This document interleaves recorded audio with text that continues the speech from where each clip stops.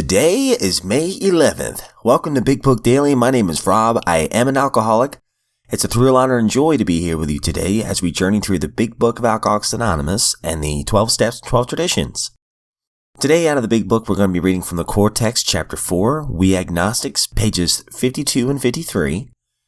And out of the personal stories, we're going to finish up the Perpetual Quest, pages 395 through 397. And finally, out of the 12 and 12, we're going to continue our journey through tradition number 3. So with all that, hope you're doing well this morning. Life is good over here. Got coffee in my Star Wars cup. And hey, we've been given a brand new set of 24 hours. So that's always a good thing. So with that, let's go ahead and get to the good stuff. All right, my friends. So out of the core text in We Agnostics, we've been reading about keeping an open mind. And I think that's really one of the biggest things this chapter is all about is keeping that open mind, not shutting ourselves up to the idea against God here. And again, we're going to be reading pages 52 and 53.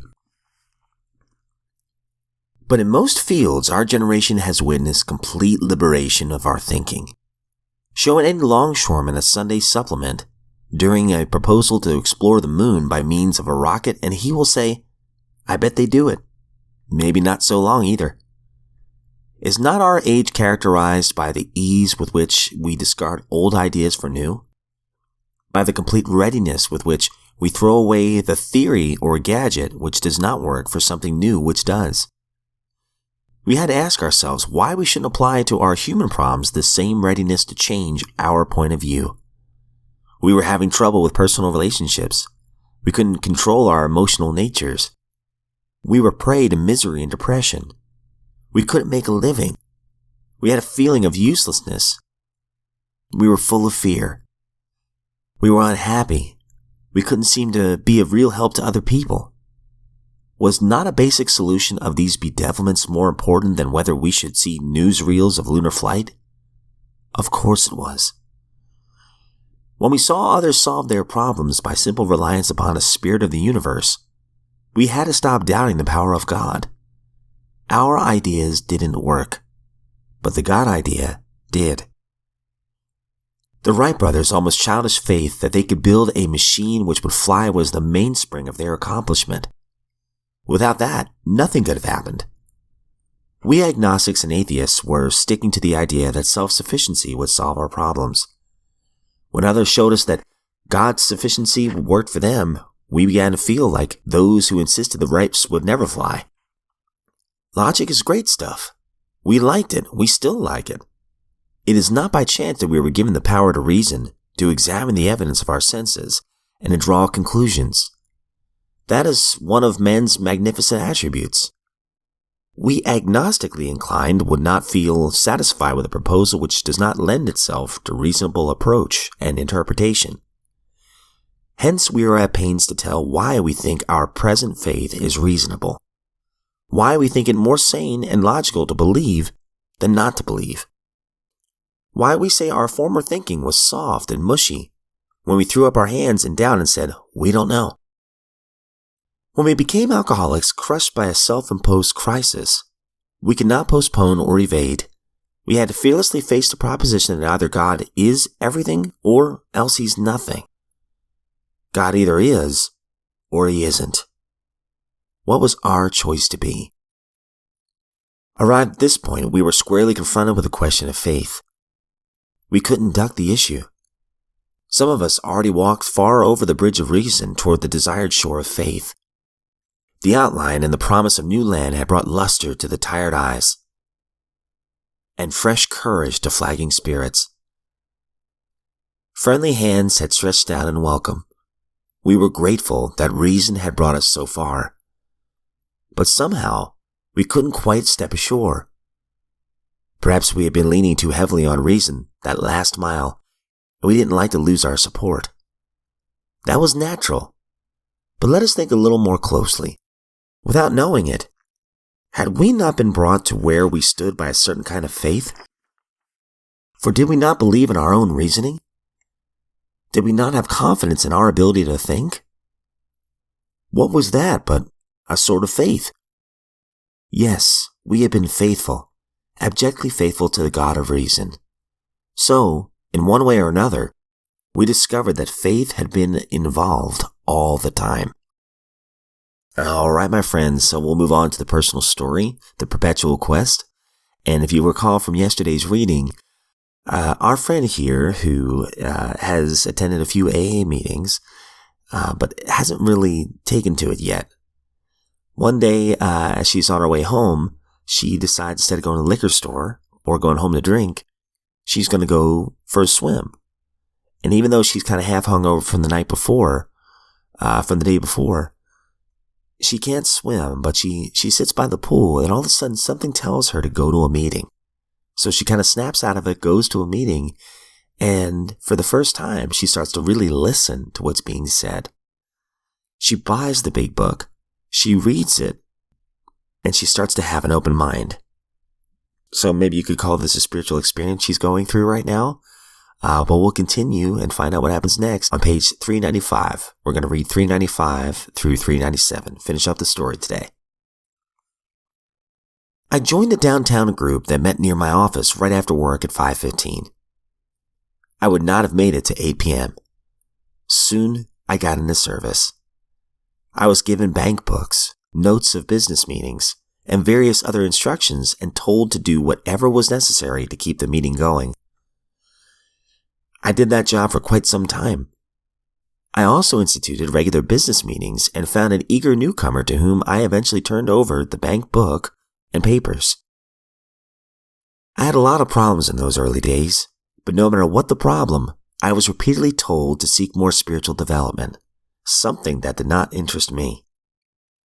I was also told that my purpose here on earth was to be of maximum service to God and to the people around me. And that didn't interest me too much either. However, I said nothing, listened, and kept going to the meetings, mostly step discussions, where I heard people talk about how they practice the steps, and about the big book, our selfishness, and helping others. Sometimes I thought they were nuts, those meetings, and oftentimes I thought they were boring, but I kept listening and I tried to relate. Soon, after a friend of mine was killed by a drunk going the wrong way on a freeway, a truck driver talked about driving long hauls drunk. I was horrified and repelled, until I paused to recall that I used to drive when I couldn't walk straight. When my friend was killed, my AA friend said, "Don't drink, don't think, go to meetings." I went to a meeting where I sobbed and gnashed my teeth, but I did not drink. I became as compulsive about AA as I had been about drinking, which was necessary because I had been told to spend as much time at the meetings as I had spent drinking. I went to every AA get-together possible and was saturated with AA. I listened to tapes and AA talks. I read and reread the literature and books, laughing into the night over Dr. Bob and the good old-timers. I signed up for the Loners Internationalist meeting in print and shared the meetings that I attended in letters to people who could not get to meetings. This helped me to remember what I had heard, and my sharing helped someone else. I wrote to a man who received my letter the same day that he had killed someone in a car accident, which would no doubt make one very, very thirsty. Many years later, although alcohol is not part of my life, I no longer have the compulsion to drink. It can still occur to me what a good drink tastes like and what it can do for me, from my stand at attention alcoholic taste buds right now to my stretched out tingling toes. As my sponsor used to point out, such thoughts are like red flags, telling me that something is not right, that I am stretched beyond my sober limit. And it's time to get back to basic AA and see what needs changing. That special relationship with alcohol will always be there, waiting to seduce me again. I can stay protected by continuing to be an active member of AA. The hardest thing I had to deal with in sobriety was my own anger and the violence that I lived through in my childhood. I had forgiven those involved as best I could, but the mind seems never to forget. I had gratefully received years of outside help because I was told that my drinking was only the symptom of deeper troubles. Yet despite the help of many professionals, I know that I would never have recovered from violence and alcoholism without AA's 12 steps, which are uniquely tailored for people like me. Just as importantly, I believe that I recovered through the grace of a higher power, despite the fact that I was very angry and wanted nothing to do with God when I arrived at Alcoholics Anonymous. In fact, I did not need to find God. I only needed an open mind, and the Spirit found me. When I was 5 years sober, I met a man in AA who was also 5 years sober. He said the rocks in my head fit the holes in his. Today we have a daughter who has never seen her parents drink, and who sees them try to help others in Alcoholics Anonymous. We have a nice home and a sober family life, in a community with lots of AA friends and meetings. It's a long, long way from that first AA meeting, and it couldn't get much better. All right, beautiful stuff, guys. Can't wait to come back to this in just a minute.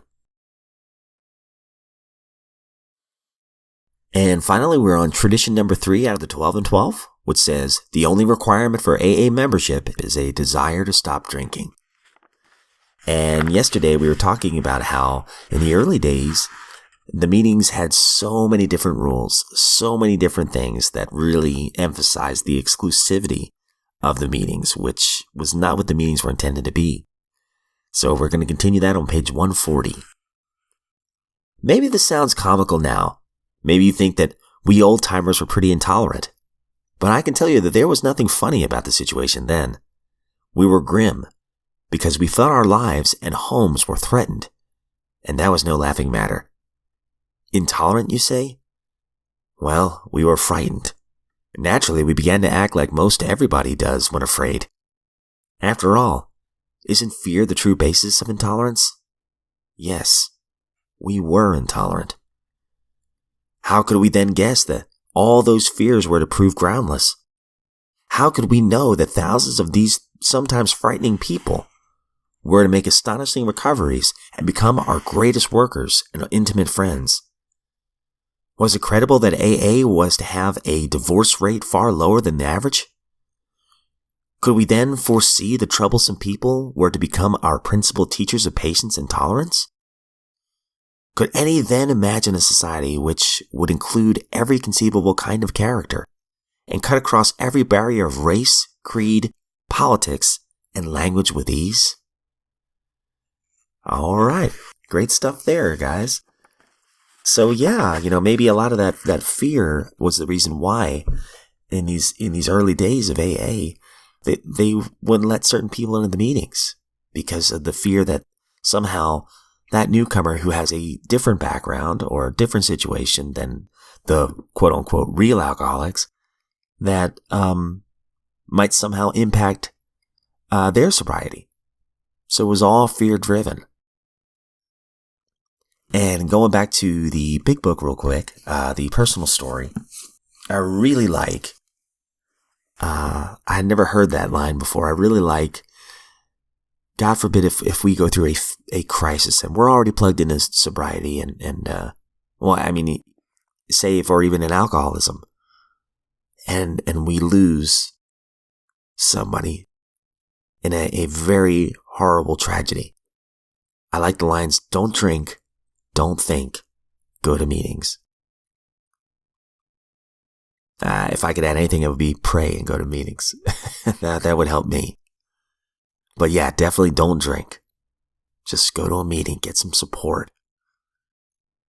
And that is one thing that I have learned from these meetings is there's always support.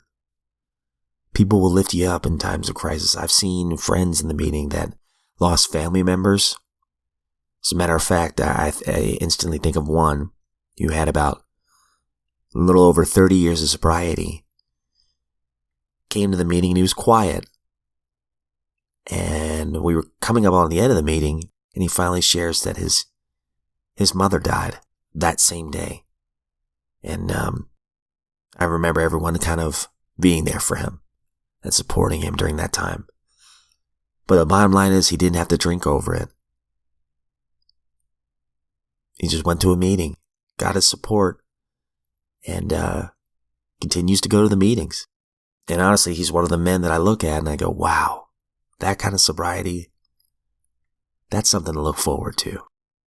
And that gives me hope for the future and affirms the fact that sobriety is worth working for every single day.